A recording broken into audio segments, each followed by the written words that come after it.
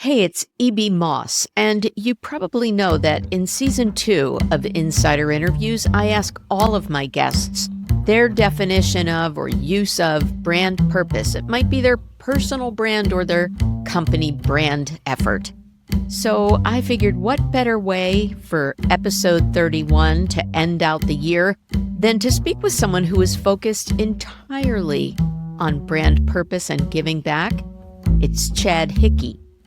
No, he's not your typical CEO. He spent about 22 years in the advertising world, leading revenue-driven teams and diving deep into mobile and location data. He discovered something revolutionary. Businesses can do well by doing good. I know we've all heard that, but he actually put his money where his mouth was. He created Givsly to flip the script on corporate giving, transforming how brands connect with consumers through meaningful impact. And in just 6 years, his company has collaborated with brands and companies directing over $2 million to nearly 500 nonprofits and catching the eye of Fast Company's World-Changing Ideas Awards along the way. So here's Chad. Chad Hickey, I met you at an industry party that had a very special activity. Yes. We all went through an assembly line to put together wellness bags for the formerly incarcerated, and this took the usual drinks and schmooze and business card exchange to a whole new level. Thank you. Well, it's my team. I would love to take credit, but I have a really great team that helps do all that stuff, so the thanks goes to them. Well, we are in the season of thankfulness, and you are my wrap-up episode for 2024. And so I figured that it would be a really great opportunity as we look forward, hopefully to great things, to kind of explain why it feels so good to give back and why it is good for business too. So, and speaking of give, Yes. Your company is Givsly. Yes. So, I mean, you really did help create that spin on the event, you and your team, and you're the CEO. So who better to explain what that was about and really what doing well by doing good is all about?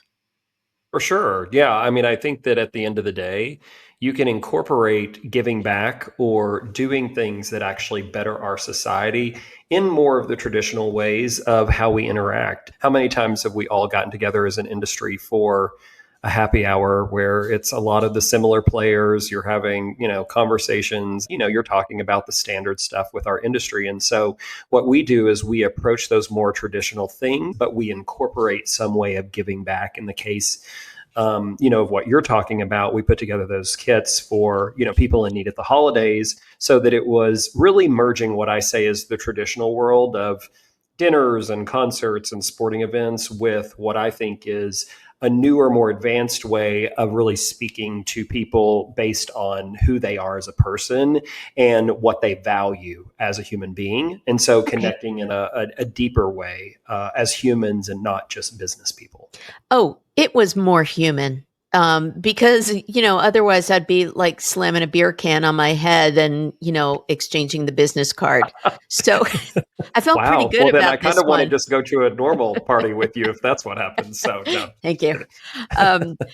So then what is call it like the mission statement or what is your brief explanation of what Givsly is?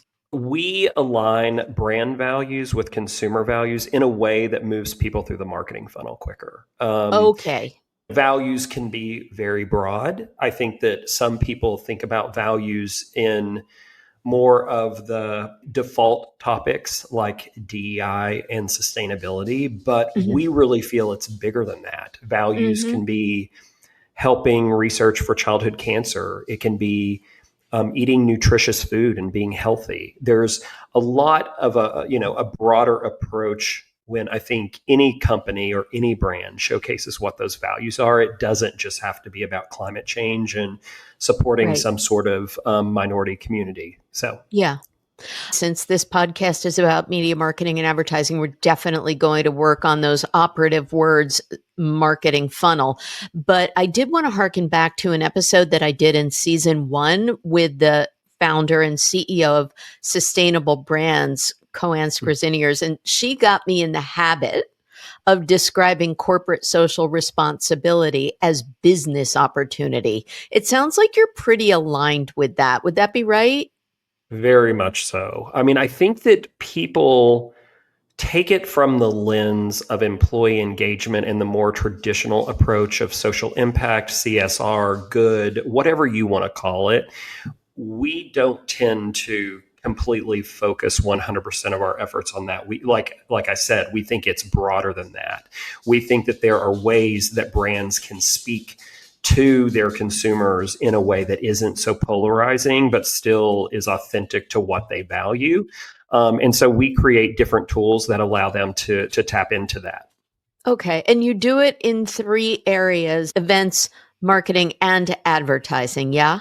Correct. And so there's 3 different ways that we approach that. And I'll use more examples because I think it makes it more clear. Yeah. But the company started as an events company utilizing this strategy. And the reason why I did that is because I'm a former CRO before I started Givsly, and my sales team would use these approaches when they were connecting with their clients. We would go volunteer with our clients. We would do things like that. Now, we did the more traditional things. Don't get me wrong. We went to the dinners, we went to the concerts, but we would take, 10%, 15% of the time and really say, okay, how can we support a brand in a more meaningful way that really speaks to their values and have that interaction time in that way. And so the example, I use often is we had a retailer client that really supported military veterans, and we would go build benches with them.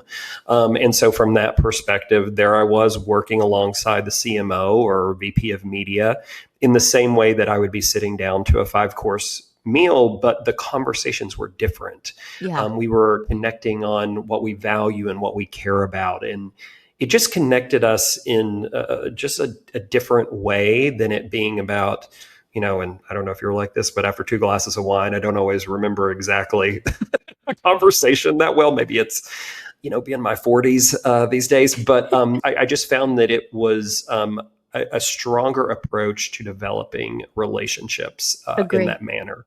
So that's events. The marketing side of our platform is more B2B demand generation, where people replace more traditional ways of connecting with their clients through gift cards, swag, whatever it is, and they replace that with a nonprofit donation. And so it's Oh, really connecting in that way to say, hey, Evie, come by my booth at an event, or register for our webinar, or just take a meeting with me. And instead of me offering you a gift card, I actually see that your holding company or your brand supports these initiatives, and I want to support those. And so it's a more sustainable way to moving people through that marketing funnel in a B2B demand generation way. And then the last is our advertising okay. product, which is all about the more that consumers engage with an ad, whether that be completing a video view or interacting with an ad hmm in some sort of interactive way, scanning a QR code on CTV. When those consumers do that, we actually trigger a nonprofit donation. And so what happens is the brand benefits because the performance of their campaign goes up, but then they're also able to showcase the values that they have to their consumer in a way that I think connects with this new phase of consumerism, where 8 out of 10 people will say that they actually purchase from a brand based on values alignment. So much to ask you, so much to talk about. Yeah. And Yeah. I might be mourning another of the 17 water bottles with a logo on it that I have in my cabinet already, but Yeah. for the greater good. Yeah, I mean, listen, that is the number one thing that we hear, from specifically a lot of agency and brand. There was actually a large brand that posted about this that was just like, I don't need these things. You know what I Right. mean? Like, I don't need you to send me a cheap bottle of wine. I appreciate the fact Yeah. that you are showing your appreciation for me at the holidays, but I'm not going to use it.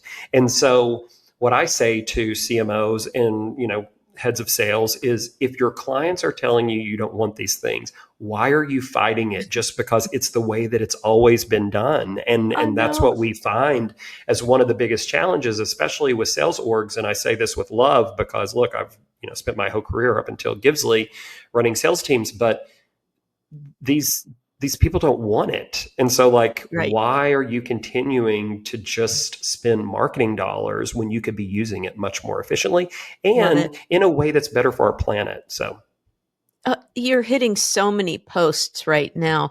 I will take a sidebar moment and share with you that it being mhm. the holiday season, I have an annual little Hanukkah fest or holiday fest, and I require adults to bring a goofy gift bag item, and then we Yes. draw blindly. I cannot tell you, Chad, over the years, how many of my friends have protested when they've pulled that logoed water bottle or whatever stocking hat out of the bag, and they don't necessarily want to sport something that says brand X or Y or whatever. So Well, my gift you bag is know, going to be depleted soon, thanks to you, but I guess the planet thanks you. well, our season without swag program, which is our big sustainability program at the holidays, where we've had over 35 companies participate across ad tech, martech companies, as well as agencies. It is really derived from the feedback of those executives. I say this all the time. Joshua Lowcock, when he was at Universal McCann, said, please do something about this. We had just completed our first year in business, and the traction was really starting to pick up. This was in 2019. And I Yeah. had a meeting with him in January of 2020, so about 60 days before the pandemic. And he was like, what I would love for you to figure out is an initiative that really cuts back on all this wasteful gifting. So that Oh, was really where Season Without Swag came from. And so it's really been the market feedback and us just going in and listening to what people are saying they need. yeah. Even think about all of the conferences that we've been at when the poor booth staff then has to pack up and ship stuff back. So the drayage, the cost of shipping, all of that impacts and so on and so forth. You also were talking a lot about the advertising and incenting people to engage with advertising for feel good reasons as well. Do you have any examples of how that's been put into action? Yeah, for sure. I mean, look, we will offer a donation if someone completes a video view. We will offer a donation if someone scans a QR code on CTV, like I said, or uses their remote to select between two nonprofits that maybe a Ah, brand is uh-huh. trying to see which nonprofit partner their consumers lean into more, and we can report back on that. So you can even do multiple charities in your ad unit and then use that as a way of saying, hey, in this polarized world we live in, what is resonating more? You know what I Mhm. mean? Is it the fact that we don't test, our products on animals so that we support, that sort of thing? Or is it sustainability? Or is it something else? You know what I mean? And Mhm. so there are ways that the ad units that we offer can even be informative as people select I certain get it. nonprofits and we come back to them. Yeah, You with kind those of come in results. the side door of, hey, did you know that our products are also PETA compliant or whatever? That's cool. Yeah, for sure. Great. So what was the aha moment for you after you were, a capitalist pig? No, I'm kidding. Well, I'm just kidding. I mean, When listen, did in my you 20s and 30s, I was like, I mean, I've we been all very, were. yeah, I mean, I've been very upfront by the fact that I spent all of my 20s and 30s thinking about myself, thinking about climbing the ladder, doing things that today I would never do. You know what I mean? Just out Mhm. of educating myself more, being more aware of the world, being more aware of how I impact the world. And so, I think there were several things that kind of, played into that. But when it comes to the results, I mean, look, we look at examples all the time, Evie. They're all around us. I Mhm. say the Washington Post doesn't endorse a president. What happens? They lose over Right. 200,000 subscribers. We all know what happened with Bud Light and Target, last year. That was the big focus. Mhm. And so, from that perspective, the examples are staring us right in the face, even in our own behavior. There have been some announcements, recently around a lot of brands, again, from an employee perspective, moving away from their, DEI programs. But what I Yeah. think that these brands are missing is that it's about consumers.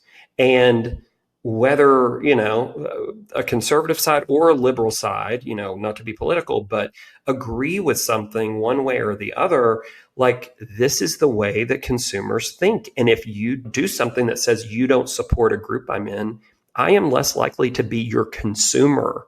So, okay, great. We're having these DI conversations about, their internal programs, but guess what? That has a ripple effect into the way that Mhm. the consumers feel. I have abandoned certain brands myself personally because I'm like, they don't support me. Why should I support them? And I Yeah. think that is the way that consumers think now, especially younger consumers.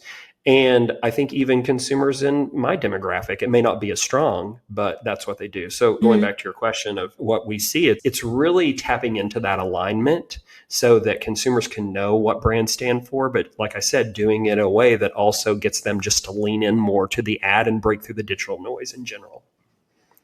Um, One more question before we move on to some of your other personal learnings.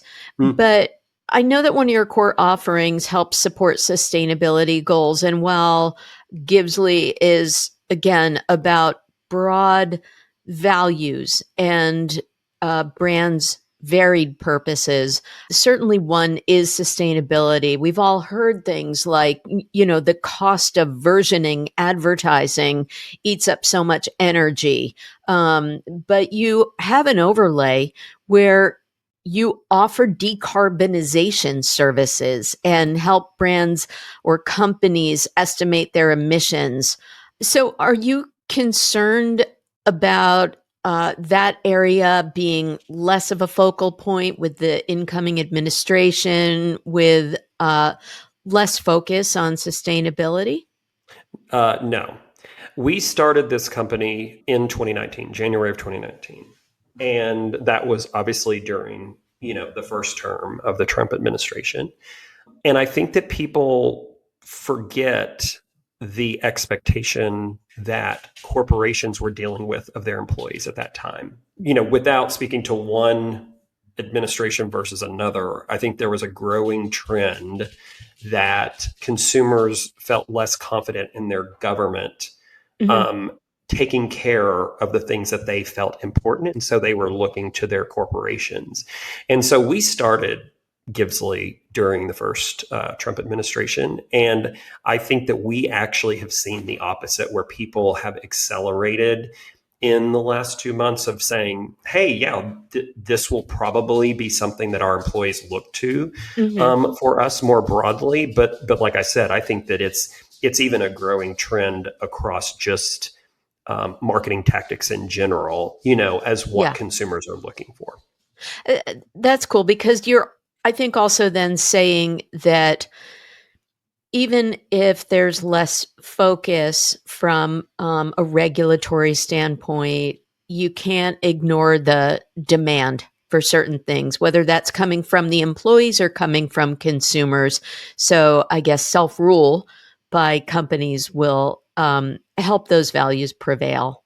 Look, no matter who is in charge, Hmm. climate change is not stopping. Hmm. Our country is not becoming less diverse. The train has left the station on both of those topics.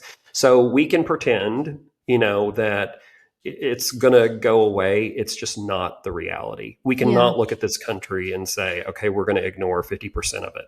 We just can't. So it's a hard problem, but it's also the reason why Givsly exists, is to solve that problem. So like we look at it, whether it would have been Kamala Harris or Donald Trump or whoever, Hmm. as something that we were going to solve no matter what. So Love. that's where we're focused, is how do we align those brand values with consumer values better than anyone else in this industry? Yeah, you. And so, how does all of that effort help, as you said at the outset, move consumers through the marketing funnel quicker? I mean, it's tapping into that trend of 8 out of 10 consumers say, I will buy from a brand based on if they support me or if they share the same values as me. That's why we don't say purpose and cause marketing and all of those things. It's Mhm. because it's too narrow. Like it's bigger than that. Like values is something that is in everything that brands do. So we, internally always laugh, when we'll reach out to someone and they'll say, well, we'll reach out if there's a good fit. And I'm like, okay, you don't have values today? Like values never leave somebody. You know what I'm saying? Right. And Unless you're a so, capitalist pig.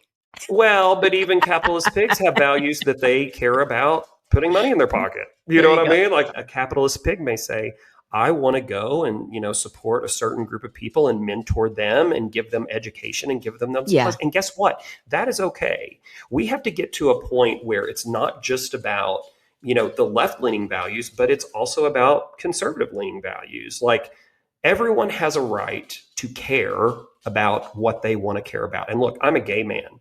If you don't, agree with me and my lifestyle and you don't want to support me, that is your right, right?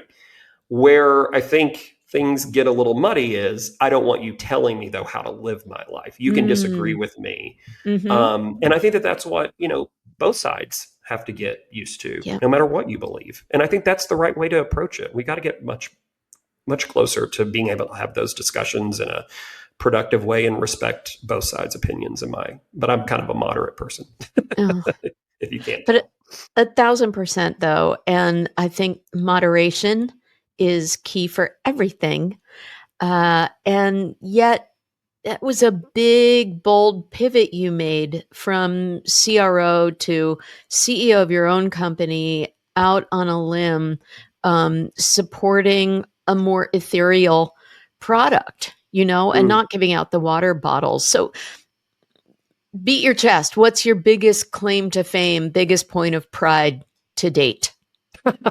That we survived the last 6 years. Like I know Oh, that. I yay. mean, listen, and I say that as a joke, but let me explain. We launched as an events company in 2019. I say we had 12 months of normalcy. And then, Uh-huh. you know, I remember calling both of my co founders in February and I said, I think this, coronavirus thing, which, at the Could time be we a didn't know. thing.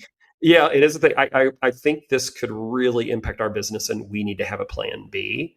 And the Mhm. fact that we were able to double revenue in 2020 as an events company doing virtual events, connecting people. But think about it. We were all sitting in our apartments or our homes and witnessing not only the fact that I think a lot of things became more important once things slowed down and the noise got softer, you know what I mean? Yep. And the fact that we started to see so many horrible things happening on our TV screens with Breonna Taylor and George Floyd and all these things that I think the busyness of life was easy to sometimes ignore. That we were like, no, we have to do something. And here's the thing, EB, is like people go back and reference that as the moment.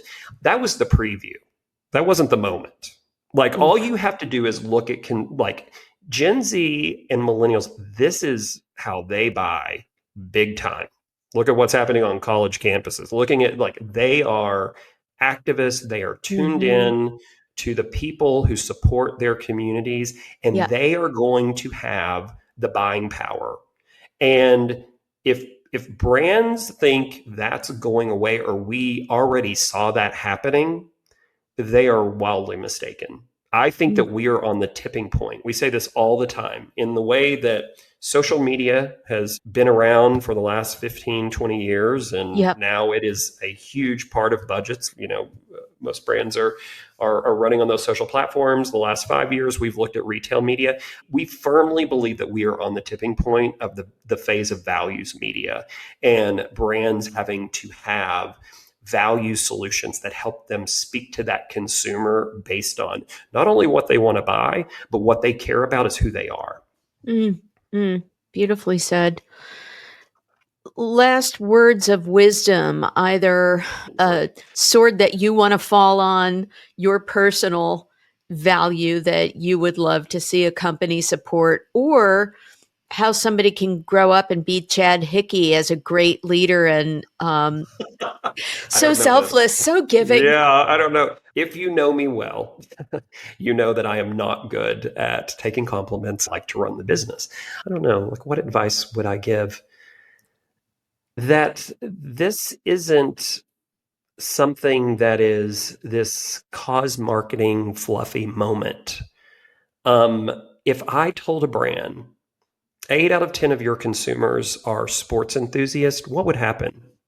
They would have sports enthusiasts on Right. every campaign. They would be Right. speaking to sports enthusiasts. They would be having baseballs and soccer balls and whatever. I don't watch sports. So, you know what I mean? In their ads to talk to those sports enthusiasts, right? The data, the third party data shows 8 out of 10 people look for that value signal. So why do these brands think in this really narrow lens of, oh, okay, like in the month of February, we're going to do Black History Month and that's going to be our Yeah. moment to like give back. You know, like Yeah. that's not what it is. Again, I keep saying this, but it's bigger than that. It is something that people look for when they're buying their product. And you want to know why? Cause marketing is the first to get cut, whether people will admit that or not. It's because Right. people don't look at it from the lens of how this drives more product sales. And so we take cause marketing because we'll meet a brand where they are, but don't get me wrong. I go in and I really say, I think there's a bigger opportunity. Uh-huh. But like today, probably 90% of our campaigns are actually product campaigns. They're trying to sell butter. They're trying to get people to open a mortgage. They're trying to get people to come in and buy lipstick. You know what I mean? Like Uh-huh. they're utilizing that value signal as a way of driving more sales. And that's where everyone needs to get, because that's the minute that this doesn't look like this fun little fluffy thing that's in this cause marketing budget, that it is a strategy across everything that they do. So I would tell anyone listening to this, you know, this is what I'm going to leave you with. If that is, you know, important and you are trying to speak to those consumers and think about how you are going to evolve into this new way of consumerism, you have to be thinking more broadly and not in the cause marketing lens. It's bigger than that. Amen. And if you want to get into this business, then take a page from the Chad Hickey playbook and be a little bit selfless. Well, I don't know about that, but like I said, I don't take I do. compliments. I've known you for 2 minutes and I can already tell. Yeah, well, thank you. Chad Hickey, CEO of Givsly. Thank you for giving back and helping everybody else give back as well. Thank you for Happy having New me. Year. Happy New Year to you. Well, I hope you got some good insider scoop from this episode of Insider Interviews with me, E.B. Moss. If I can help you with your company's podcast, please find me at mossappeal.com. If you enjoyed this content, please feel free to buy me a coffee at buymeacoffee.com/mossappeal. And I hope you'll follow Insider Interviews on social media and let me know if you have a question or a suggestion for a next stellar guest in media, marketing, and advertising. Speaking of stellar, my theme music was composed and performed by the incomparable Grammy-winning John Clayton. Thanks again for listening.